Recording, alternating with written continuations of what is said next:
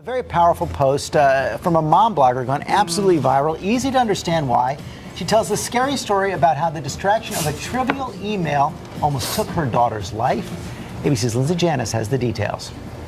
Last week, I almost killed my daughter. It's the blog grabbing the attention of tens of thousands of readers online. I could have been responsible for her drowning. Jennifer Mears' article about the moment she left her 3-year-old daughter alone in the bath while she went to check an email has hit a nerve. I put her in the tub, started filling up.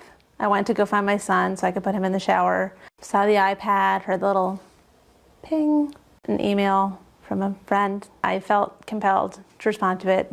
Daughter had probably been alone in the tub for about 2 minutes. By the time she got back to the bathroom, little Ruby had fallen fast asleep, slumped against the side of the tub. I felt like I couldn't breathe. If I had taken the time maybe to answer one more email, try to squeeze in one more thing, it really did haunt me to think about what could have happened. Luckily, Ruby was just fine, but Mir, who's pregnant with her 3rd child, says it was a wake-up call that she's become too distracted by social media and multitasking in general.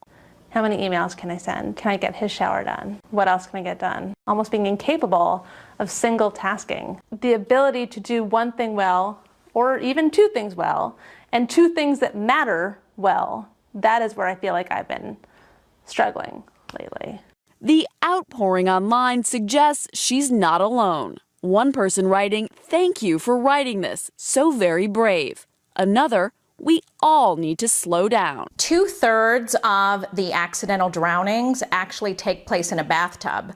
And so parents don't realize how common this can actually be. I think Jennifer's story is a great cautionary tale. And it's not just bath time. Mir says she's now making an effort to focus less on her devices anytime she's with her kids. For Good Morning America, Lindsay Janis, ABC News, Hartford, Connecticut. And let's get more now with our senior medical contributor, Dr. Jen Ashton. And I think you saw the reaction right there. A lot of people look at that and say, there but for the grace of God. Oh, absolutely. And I see it in my patients all the time. I have women come in for their GYN exam and their phones are blowing up from their kids, their job. They don't have a second. They have to do several things at the same time. And whether it's a physical life or death consequence or just emotionally, knowing that you're not fully in the moment, it's very difficult. And you said you experienced something like this. Robin, I did this with my first child. I left my son when he was 10 weeks old inadvertently in a car for 10 minutes in the summer when there were a bunch of us in the car, you guys. Everyone got out thinking they each had the baby. And it wasn't until we were going to see President Clinton, by the way. And we wanted to get a view. And we were all standing there and we said, "Where's the baby?" Wow. And you know what? It can happen. Your heart and must have been pounding. It was the worst feeling of my life.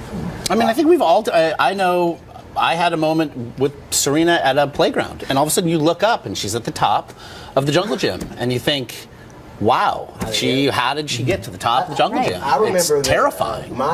Some people think it's social media, but my mother used to get distracted by General Hospital. I get distracted by Sunny Corinthos all the time.